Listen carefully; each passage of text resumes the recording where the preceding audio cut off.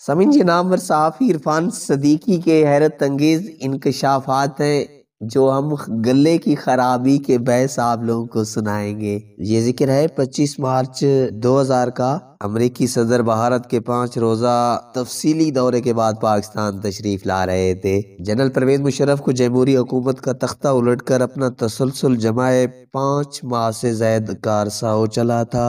Democrat party سے تعلق رکھنے والے بل کلنٹن اسی جمہوریت کشی کے سبب پاکستان آنے سے گریزاں تھے، لیکن CIA اور پینٹاگان کا مشورہ تھا کہ پاکستان کے ساتھ ربط و ضبط کا ایک دریچہ کھلا رکھنا چاہیے۔ سو طے پایا کہ بھارت اور بنگلہ دیش کا دورہ مکمل کرنے کے بعد صدر امریکہ چند گھنٹوں کے لیے اسلام آباد آئیں گے۔ اسے دورہ نہیں، سٹاپ اوور یعنی مختصر پڑاؤ کا نام دیا جائے گا۔ امریکی سفارت خانہ پوری طرح متحرک ہو چکا تھا۔ یوم جمہوریہ پاکستان 23 مارچ کی دوپہر ہی سے امریکی سیکورٹی ایجنسیز کے ہر اول دستوں کی آمد شروع ہو گئی۔ وقفے سے امریکی ہیلی کاپٹر ایوان صدر کے ہیلی پیڈ پر اترنے لگے۔ ان ہیلی کاپٹرز کے بطن سے ہٹے کٹے کمانڈو، بھانت بھانت کے تھیلے، بیگ، بڑے بڑے جستی صندوق اور جانے کیا کیا کچھ برآمد ہونے لگا۔ سر شام ایوان صدر معاشرے کسی کیفیت میں تھا۔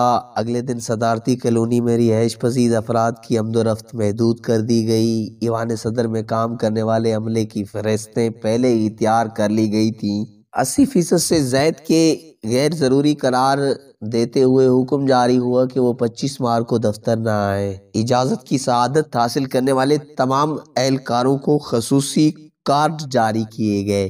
کارڈ پر اس کی تصویر نقش تھی اور تمام ضروری کوائف کا اندراج تھا۔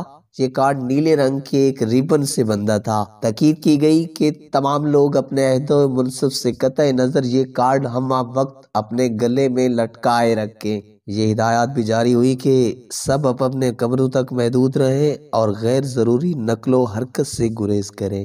مہمان عزیز کی آمد سے ایک دن قبل 24 مارچ کو صدر کلنٹن کی میڈیا کے 3 اہلکار میرے کمرے میں آئے بطور پریس سیکریٹری۔ انہوں نے مجھے ان شرائط سے آگاہ کیا کہ جو بہمی سفارتی رابطوں میں طے پا چکی تھی۔ میری برانچ کا ایک سینئر افسر نوٹس لینے لگا۔ کہا گیا یہ سرکاری، غیر سرکاری، رسمی یا غیر رسمی کسی بھی طرح کا دورہ نہیں ہے، اسے محض سٹاپ اوور کہا جائے۔ ہوائی اڈے پر کوئی رسمی استقبالیہ تقریب نہیں ہوگی۔ صدر کلنٹن کی آمد سے گھنٹوں قبل ایوان صدر کا جمال اور پاکستان کے دستوری سربراہ کے دفتر کا وقار و افتخار سفید فام امریکیوں کے سامنے سرنگوں ہو چکے تھے۔ قصر صدارت کا چپا چپا ان کی فرمان روائی میں تھا۔ ہم سب ان کی رعایا تھے۔ اسلام آباد کا جو چال پن بھی آداب غلامی میں ڈھل چکا تھا۔ 401 سناٹا طاری تھا، آوازیں دم سادے پڑی تھی۔ ہوائی اڈے کو ایوان صدر سے ملانے والی 2 رویہ شاہراہ پر ہول طاری تھا۔ صدر کے موٹر کیڈ کو کھلی چھٹی تھی کہ وہ کون سی لین پسند کرتا ہے۔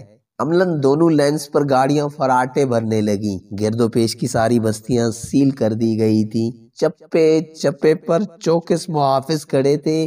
مارگلا کی پہاڑی چوٹیوں پر بھی مورچے بن گئے تھے۔ ان تمام حفاظتی انتظامات کی لمحہ بلمحہ نگرانی اونچی مچانوں میں بیٹھے امریکی خود کر رہے تھے۔ آن وحد میں جمہوری حکومت کا تختہ الٹ کر وزیر اعظم کو اٹا قلعہ کی کوٹھڑی میں پھینک دینے والے مقتدر امر اور جری کمانڈو مشرف کے پاس اپنے وطن کی بے توقیری اس سبق سری کا کوئی مداوا نہ تھا۔